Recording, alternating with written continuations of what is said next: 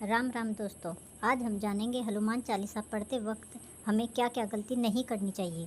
हनुमान चालीसा पढ़ते वक्त भूल कर भी न करें आप यह गलतियाँ, उठाने पड़ सकता है बुरे परिणाम। भक्त बजरंगबली को प्रसन्न करने के लिए अधिकतर लोग हनुमान चालीसा का पाठ पढ़ते हैं। विशेषकर मंगलवार के दिन हनुमान चालीसा के पाठ करने से मनचाहा फल प्राप्त होता है। हनुमान चालीसा के लिए किसी खास नियम की आवश्यकता नहीं होती है, लेकिन कुछ छोटी छोटी बातों का ध्यान रखना जरूरी होता है।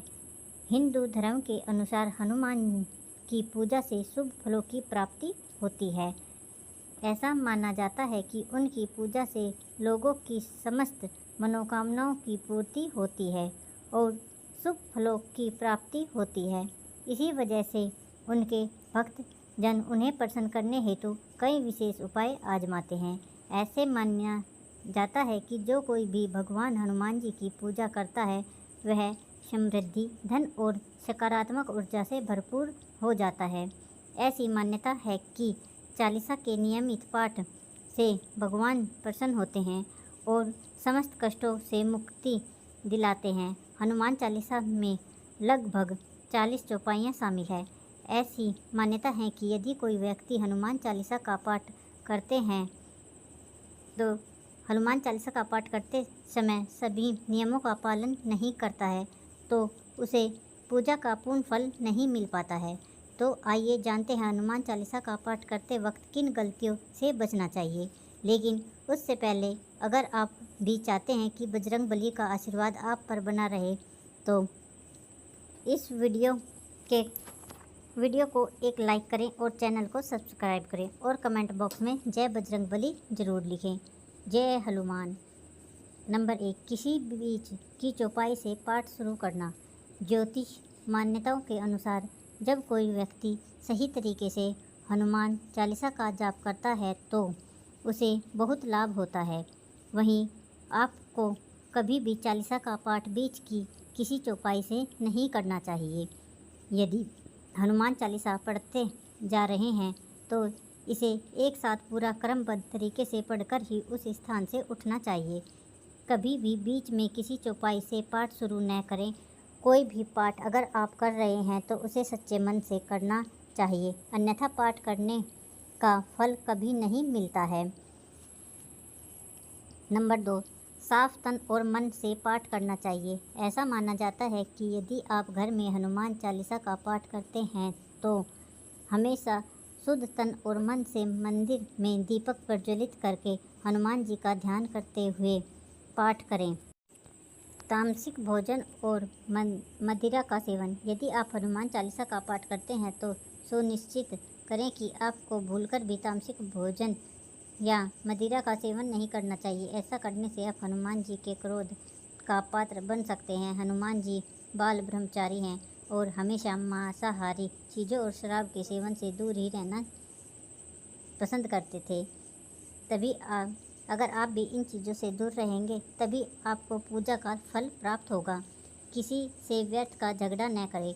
यदि आप हनुमान चालीसा का पाठ करते हैं तो ध्यान रखें कि आपको भूलकर भी किसी निर्बल को सताना नहीं चाहिए और किसी से व्यर्थ में झगड़ा नहीं करना चाहिए। यदि आप भी हनुमान चालीसा का पाठ करते हैं तो ध्यान रखें कि आपको किसी का भी अपमान नहीं करना चाहिए और किसी के लिए भी अपशब्दों का प्रयोग नहीं करना चाहिए।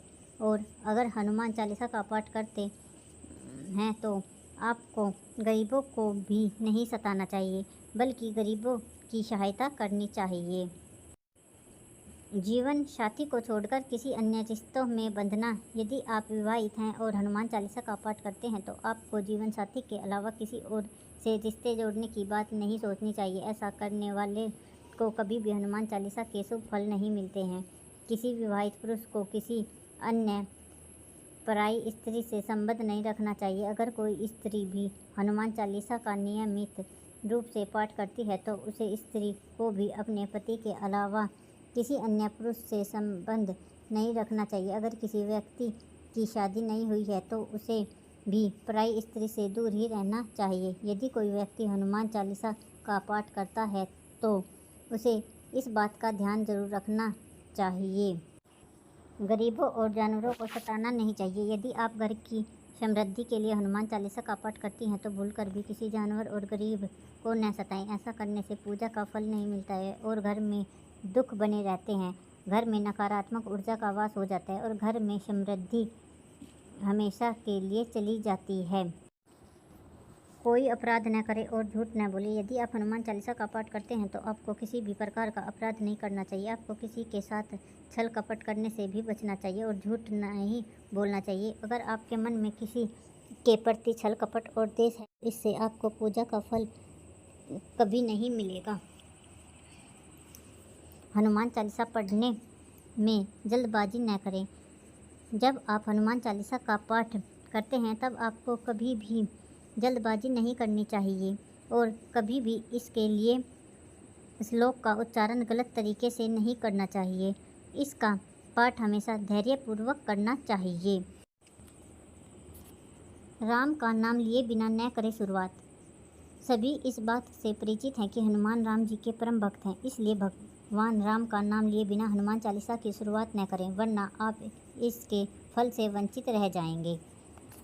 तन और मन रखे साफ। हनुमान जी और उनके इष्ट श्री राम के चित्र की स्थापना करें और इसके बाद उनके समक्ष जल से भरा पत्र रखें। कम से कम 3 बार से लेकर 108 बार तक चालीसा का पाठ करें। घर में हनुमान चालीसा का पाठ करते समय तन और मन दोनों साफ होना बेहद ज़रूरी है। मन में न लाए अनुचित ख्याल। हनुमान चालीसा का पाठ करते समय मन किसी भी प्रकार अनुचित ख्याल नहीं आना चाहिए। प्रयास करें कि चालीसा का पाठ करते समय रोज़ एक ही हो। विशेष दशाओं में यात्रा तथा सोते समय भी चालीसा का पाठ कर सकते हैं। मंगलवार और शनिवार को हनुमान के दर्शन। हनुमान चालीसा का पाठ करने वाले को मंगलवार और शनिवार को हनुमान मंदिर में जाकर हनुमान जी के दर्शन जरूर करने चाहिए। यदि मंगलवार या शनिवार को हनुमान मंदिर में जाकर उनके सामने घी का दीपक जलाने से और हनुमान चालीसा का पाठ वहीं बैठकर करने से बड़े कष्ट दूर हो जाते हैं। कभी भी गलत संगत वाले लोगों के साथ में न रहें। यदि आप हनुमान चालीसा का पाठ करते हैं फिर भी गलत लोगों की संगत में बैठते हैं, उनका साथ उनके गलत कामों में देते हैं तो आपका पतन निश्चित है। इसके लिए ऐसे लोगों से दूर ही रहें। ज्योतिष के अनुसार मंगलवार के दिन 3 बार पाठ करना बेहद शुभ माना जाता है। जब भी आप पाठ करें तो सबसे पहले एक पात्र में जल भरकर रख लें। उसके बाद जब हनुमान चालीसा का पाठ संपन्न हो जाए तो उस जल को ग्रहण कर लें। इससे आपको लाभ भी मिलेगा ही साथ ही हनुमान जी भी जमकर अपनी कृपा बरसाएंगे। सूतक परिवार में जब किसी इंसान की मौत हो जाती है तो वहाँ सूतक काल माना जाता है। जब तक ये सूतक काल रहता है तब तक हमें हनुमान सहित किसी अन्य देवी देवताओं की पूजा नहीं करनी चाहिए। इस दौरान मंदिर में भी प्रवेश न करें। दोस्तों, अगर आपको वीडियो अच्छी लगे तो वीडियो को लाइक करें, चैनल को सब्सक्राइब करें और कमेंट बॉक्स में जय सिया राम ज़रूर लिखें। धन्यवाद दोस्तों। राम राम।